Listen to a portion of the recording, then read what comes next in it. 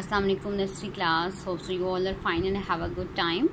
Okay students, today we will do what comes after 21 to 50. Okay, now what comes after 21? 21. Now count 21, 22.